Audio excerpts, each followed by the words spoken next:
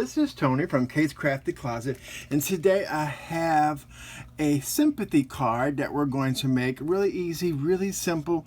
One of the cards that we really don't like to make the most, but we have to make them. So I always like to do these ahead of time, so like I'm not in that somber mood when I'm creating them. So that's why I just do ahead, like a whole bunch of them all at once. And this one you can change your color combination on it if you want to. It's like completely up to you how you want to create this card. So let's go ahead and get started. So first thing I went ahead and did is this is some Neenah Solo White Classic Crest cardstock, the 110-pound version. It is measured at 4 1/4 by 5.5 and scored at 5.5. Okay, and then I went ahead and die cut out of some Neenah 80-pound Classic Crest this cloud die from Pinkandmain. And then I went ahead and die cut this also out of some Neenah 80-pound this stitched scallop die from Lawnfawn. And all the products that I use today will be listed in the description box below for your convenience. So let's go ahead and start this card. So the first thing I went ahead and did is I'm going to use some Altenew inks here. The reason why I'm using these is because they come in a 4-pack and they come in different shades of the same color. So like the guesswork for me is definitely don't have to worry about it. So we have soft lilac, we have lavender fields or hills, I think that's what it's called. No, lavender fields, I think it's called. I'm not sure, I can't really see that very well. And this is called deep iris. So we're going to put those to the side. I'm going to go ahead with the lavender, and I'm just going to take the ink pad direct to my die cut here, because sometimes we just don't have the cardstock to match kind of what the ink is on the front of our card. So this is one of those ways that we can assure that it's going to match, because I'm going to use those on the front of the card as well. And I'm going to go ahead and grab a scrap sheet of paper over here. Actually, it's not really a scrap, and I'm going to kind of hold on to that because I don't want to get inky fingers and it messes up my card later on. And just remember, these are a dye-based ink, so once they dry back and absorb to the paper, it'll smooth itself out, and of course it'll also be a little bit lighter. So I just don't want to have inky fingers and mess up my card when I go to put it all together. So you can use copy paper if you want.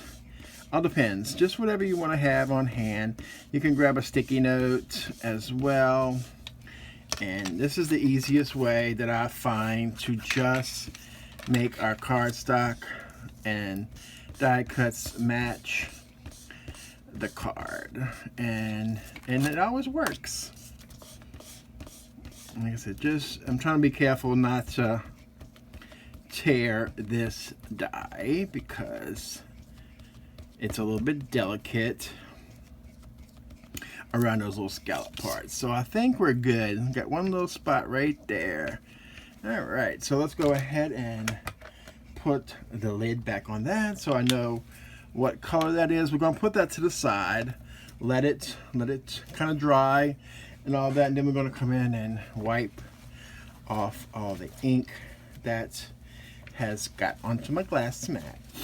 Okay, so we're going to go ahead and stamp out on the front of that one little panel. So what I'm going to do is I just take the ink pad and direct to paper again, and I'm just going to squish it down.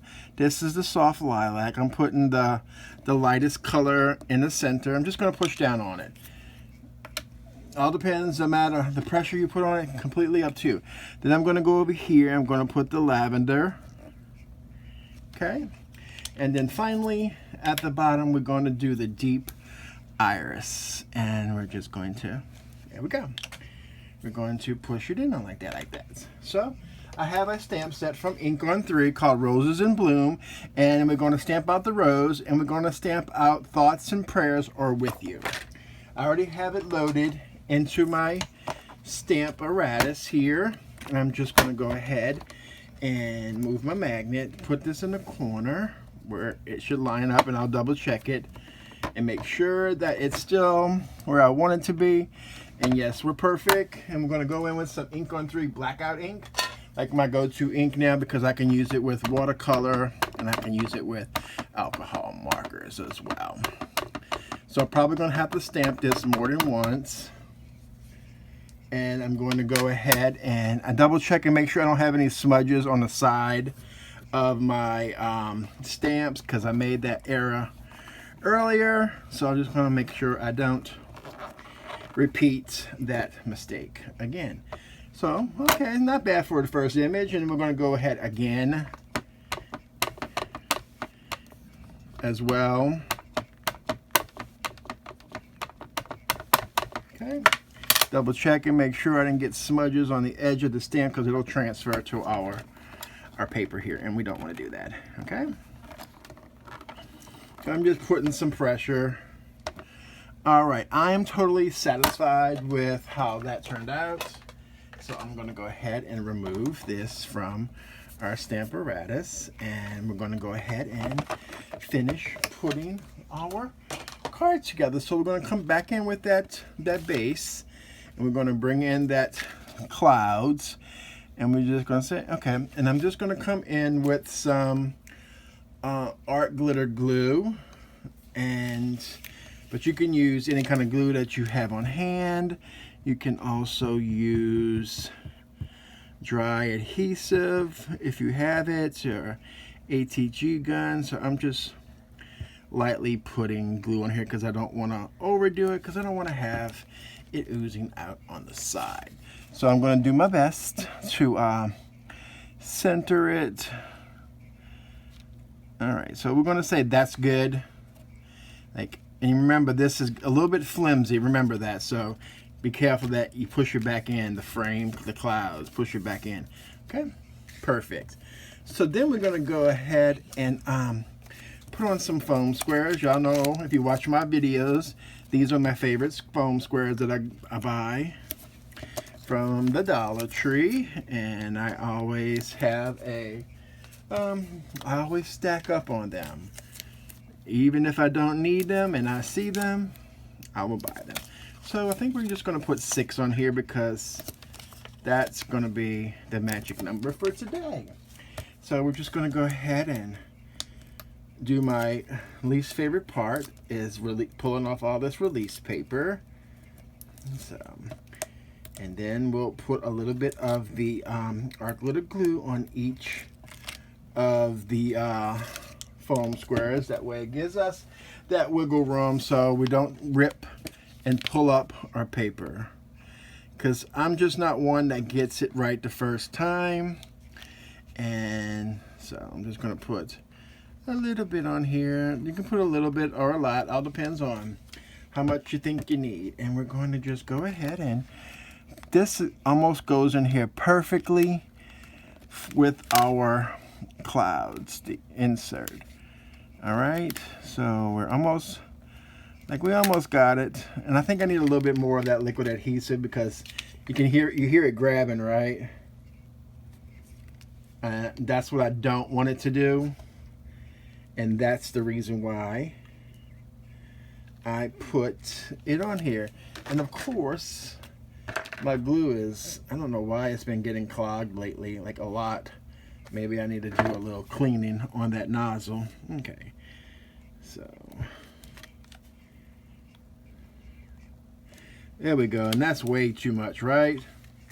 Way too much. But you know what? We'll fix that. We'll just grab the favorite tool in my craft room, my handy dandy finger. And good thing that we have a little rag right here on the side. See, I like to keep my mistakes in here, so y'all can see me correct it. So it's not going to ooze out, so I'm not concerned about it doing that. And see, I got a lot of wiggle room, and I put it down, and see how perfect that is. That is awesome. Even though I made a boo-boo and put a huge glob on there, but that's okay. So I want to thank you all for joining me today. If you like this video, please hit that thumbs up. Like I said, all the products that I used today will be linked in the description box below, as well as all my social media. You have my Pinterest, Instagram. You can check out my Facebook over on Facebook, where we do I do lives over there when I have a chance to, and I post sales and all that. And I also we're doing a swap right now for Christmas cards in July. So head on over there if you would like to share your projects. Anything's welcome to share. All right, I thank you again for joining me, and you all have a crafty day, y'all.